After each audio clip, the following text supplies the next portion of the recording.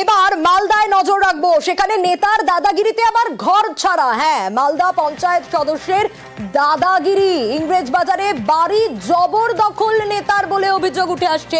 আরো ডিটেইলে বিষয়ে জানবো, সেবক রয়েছে আমার সঙ্গে, সেবকের কাছ থেকে আরো বিস্তারিত জানতে পারবো আসলে ঠিক কি ঘটেছে, কারণ পুলিশের বিরুদ্ধেও গাফিলতির অভিযোগ রয়েছে। সেবক, একদমই দেখো, ইংরেজ বাজারের এইটা কাজীগ্রাম গ্রাম পঞ্চায়েতের বাগবাড়ি এলাকা, যেখানে ঘর ছাড়া হয়ে রয়েছেন দীর্ঘদিন ধরে এক পরিবার। তাদের দাবি যে তৃণমূলের স্থানীয় পঞ্চায়েত সদস্য জয়ন্ত সরকার তিনি তাদের বাড়ি কার্যত কবজা করে নিয়েছেন, আর যার ফলেই ঘর ছাড়া হয়ে রয়েছেন তারা। এমনকি পুলিশকে জানানোর পরেও তারা ঘরে ফেরানোর মতো কোনো ব্যবস্থা নেয়নি।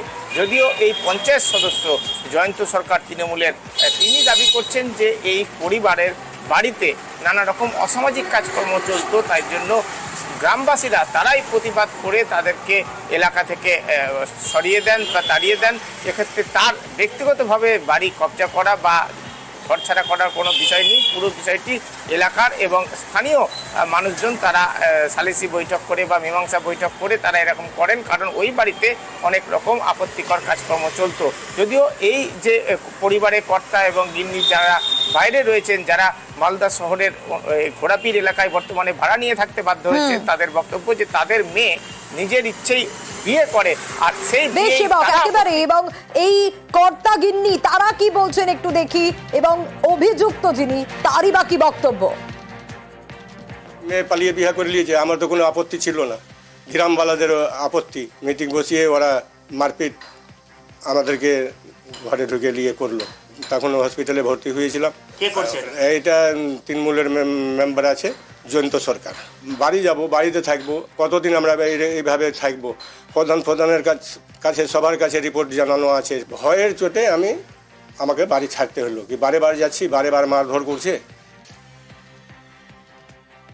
আমার ছেলেকে মারলো, আমার স্বামীকে মারলো, আমাদেরকে মারলো।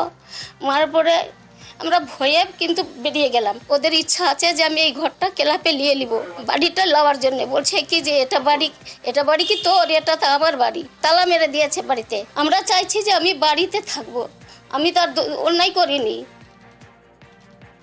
বাড়ি দখল করার আমি কে? আমি জনপ্রতিনিধি, আমি একে বাড়ি দখল করার জন্য আমি না। এরা মিথ্যা অভিযোগ করেছে। এটা গ্রামের লোকজন যেটা ভালো বুঝেছে ওরা সেটা মানে উচ্ছেদ করেছে। এই বাড়িতে মানে অসামাজিক যেটা হতো সে পাড়ার লোক দেখেছে দখলের, এটা পুরোপুরি মিথ্যে কথা। যেন পুলিশ ভালো করে তদন্ত করুক যে কি মিথ্যে আছে না সত্যি আছে, ওটা ঠিক বেরিয়ে যাবে। লোকেদের বাড়ি ঘর দখল করার যে মানসিকতা সেটা ছাড়ুন এবং আইনকে আইনের পথে যেতে দিন। তাদের কোনো যদি অবজেকশন থাকে এলাকার লোকের, তাহলে তারা থানায় যাক, পুলিশ সে কেস দেখবে। নিজেরা কেন আইন দখল করছেন, কি জন্য? এরপরে সাধারণ মানুষ যদি আইন হাতে নেয় তখন আপনারা কি করবেন? উমাশঙ্কর সাউ এক ব্যক্তি চড়া সুদে ঋণ নিয়েছিলেন, এবং নৃশংস ঘটনা কাকে বলে এবার এই খবরে আপনারা বুঝতে পারবেন খানিকটা। বর্ধমান উত্তরের 2 নম্বর মণ্ডলের প্রাক্তন সাধারণ সম্পাদক অমিত মাকড়, এই বিজেপি নেতা চড়া সুদে ঋণ দিয়েছিলেন উমাশঙ্কর সাউকে। কিন্তু সুদের টাকা আদায়ের জন্য এই বিজেপি নেতার বিরুদ্ধে কি অভিযোগ জানেন? নাবালকের গায়ে ফুটন্ত দুধ। হ্যাঁ, এরকমই অভিযোগ উঠে আসছে। আগে শোনাই যে এই আহত শিশুর বাবা যে ঋণ নিয়েছিলেন চড়া সুদে, তিনি কি বলছেন। 1,60,70,000 মতো নিয়েছিলাম। হিসাবটা ওর কাছেই আছে সব। আমার কাছে যেসব খাতাপত্র ছিল সব পুরে, ও আমার কাছে এখনো আনুমানিক 30-35 হাজার টাকা পাবে না। ওগুলো সুদ ফুদ নিয়ে আমার 3 লাখ 3.5 লাখ টাকা হয়ে গেছে। বলছে যে গুলি করে দেবো। আমার ছেলের গায়ে গরম দুধটা নিয়ে মাথায় ঢালতে গেছে, মাথাটা এমনি সই নিয়েতে পুরো বডিটা একদম পুড়ে গেছে। দিয়ে ওই অমিত মাকড় এখন ইদানিং বিজেপি নেতা হয়েছে।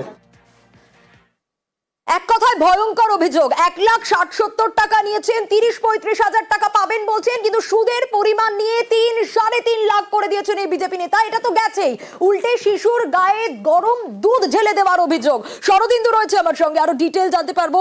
শরদিন্দু, যে অভিযোগ উঠে আসছে ঠিক কি ঘটেছে? এতটা নৃশংস হলেন কিভাবে এই বিজেপি নেতা যার বিরুদ্ধে এরকম অভিযোগ? দেখো, এই যে বিজেপি নেতা অমিত, সে কয়েকদিন ধরেই কিন্তু এই উমাশঙ্করকে চাপ দিচ্ছিল টাকা দেওয়ার জন্য, এবং গতকাল এই অমিত মৌসুম হাজরা নামে তার এক সাগরেদকে নিয়ে সেখানে যায় এবং সেই সময় উমাশঙ্কর দোকানে ছিলেন না, বাড়ির সামনেই দোকান, সেই দোকানে ছিলেন না, তখন তার নাবালক ছেলে সেখানে ছিল এবং সেখানেই এই যে দোকানে বা বলা যায় একটা হোটেল রাস্তার ধারের, সেখানে গরম দুধ ফুটছিল এবং এই সময় সে দোকানে ভাঙচুর চালাতে শুরু করে এই অমিত এবং সেই নাবালক তাকে বাধা দিতে যায় এবং তখনই এই ফুটন্ত দুধ একেবারে তার গায়ের ওপর ঢেলে দেওয়া হয়। গোটা গা দগ্ধ হয়ে যায়। তাকে এলাকার বাসিন্দারা উদ্ধার করে বর্ধমান মেডিকেল কলেজ হাসপাতালে ভর্তি করেছে।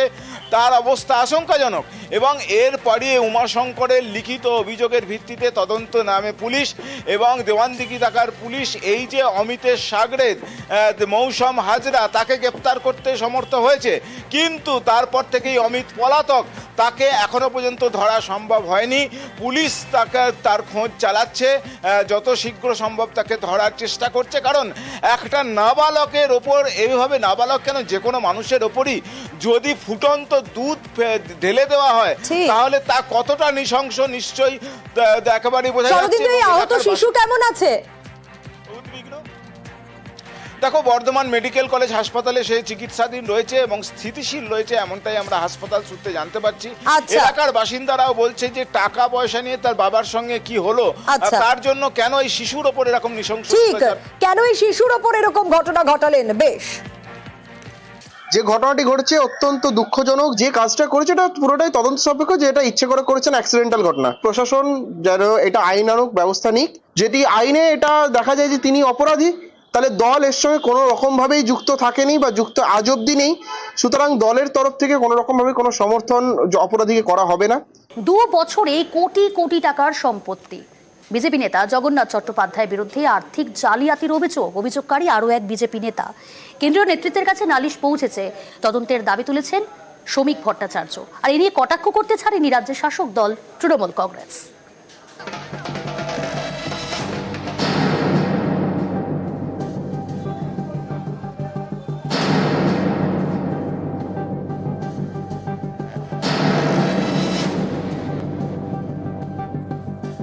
জগন্নাথ চট্টোপাধ্যায় রাজ্য বিজেপির অন্যতম সাধারণ সম্পাদক। তার বিরুদ্ধে কোটি কোটি টাকার দুর্নীতির অভিযোগ, দলের টাকা 9-6-এর অভিযোগ। এ নিয়ে দিল্লিতে দলের কেন্দ্রীয় নেতৃত্বের কাছে নালিশ করেছেন বিজেপি কর্মী অজয় মুখোপাধ্যায়। তার অভিযোগ, মাত্র 2 বছরে জগন্নাথ চট্টোপাধ্যায়ের আত্মীয়দের নামে বিপুল সম্পত্তি কেনা হয়েছে। এসবই হয়েছে 2023 সালের পর। 2021 সালে বীরভূমের সিউড়ি বিধানসভা কেন্দ্র থেকে বিজেপির টিকিটে লড়েন জগন্নাথ চট্টোপাধ্যায়। এরপরে 2023 সাল থেকে তার মা, বাবা, ভাই এবং শালীর নামে কোটি কোটি টাকার সম্পত্তি কেনা হয় বলে অভিযোগ, অথচ এর আগে তাদের কারো এত সম্পত্তি ছিল না। অজয় মুখোপাধ্যায়ের অভিযোগ, শুধু সিউড়িতেই জগন্নাথ চট্টোপাধ্যায়ের মা, বাবা এবং ভাইয়ের নামে বিপুল জমি কেনা হয়, যার বাজার দর প্রায় 2,40,00,000 টাকা। রাজারহাটে তাঁর শালীর নামে প্রায় 2,500 স্কোয়ার ফুটের ফ্ল্যাট কেনা হয় 2023 সালে। গ্যারাজ সহ এই ফ্ল্যাটের দাম প্রায় 4 কোটি টাকা। বিজেপি কর্মীর এও দাবি, দলের টাকা আত্মসাৎ করে এই বিপুল সম্পত্তি করেছেন জগন্নাথ চট্টোপাধ্যায়।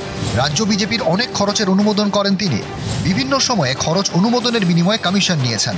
পুরসভা, পঞ্চায়েত ভোট এবং উপনির্বাচনের সময় বড় অঙ্কের টাকা আত্মসাৎ করেছেন। 24-এর লোকসভা ভোটে ভুয়ো বুথ দেখিয়ে 20 লক্ষ টাকা হাতিয়েছেন বলে অভিযোগ। এর আগেও নানা ভোটের সময় ভুয়ো বুথের সংখ্যা দেখিয়ে 4 কোটি টাকা হাতান বলেও দাবি অজয় মুখোপাধ্যায়ের। তার আরও দাবি, বিজেপির গোপন খবর তৃণমূল নেতাদের পাচার করেন জগন্নাথ চট্টোপাধ্যায়। তৃণমূলের নেতাদের সঙ্গে তোলাবাজিতেও তিনি জড়িত। বিজেপির সর্বভারতীয় সভাপতি এবং সাংগঠনিক সাধারণ সম্পাদকের কাছে এসব নালিশ করা হয়েছে। এছাড়া বিজেপির সর্বভারতীয় সাধারণ সম্পাদক সুনীল বানসালের কাছেও গিয়েছে মেল। অভিযোগ জানানো হয়েছে কেন্দ্রীয় স্বরাষ্ট্রমন্ত্রী অমিত শাহকেও। বিভিন্ন নথিসহ অভিযোগ জানিয়ে তদন্তের দাবি করেছেন বিজেপি কর্মী অজয় মুখোপাধ্যায়। এ নিয়ে মুখ খুলতে নারাজ জগন্নাথ চট্টোপাধ্যায়।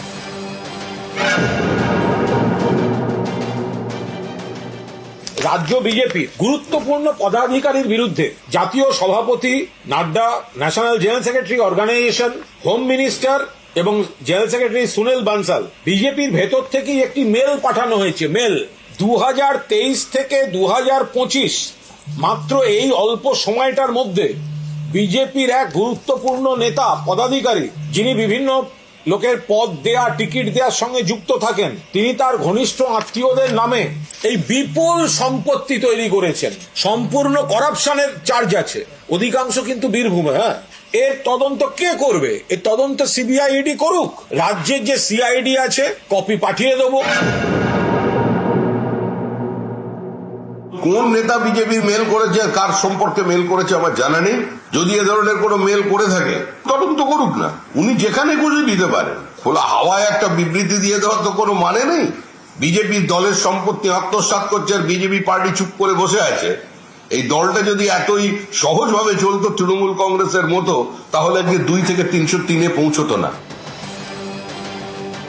নিউজ 18 বাংলা।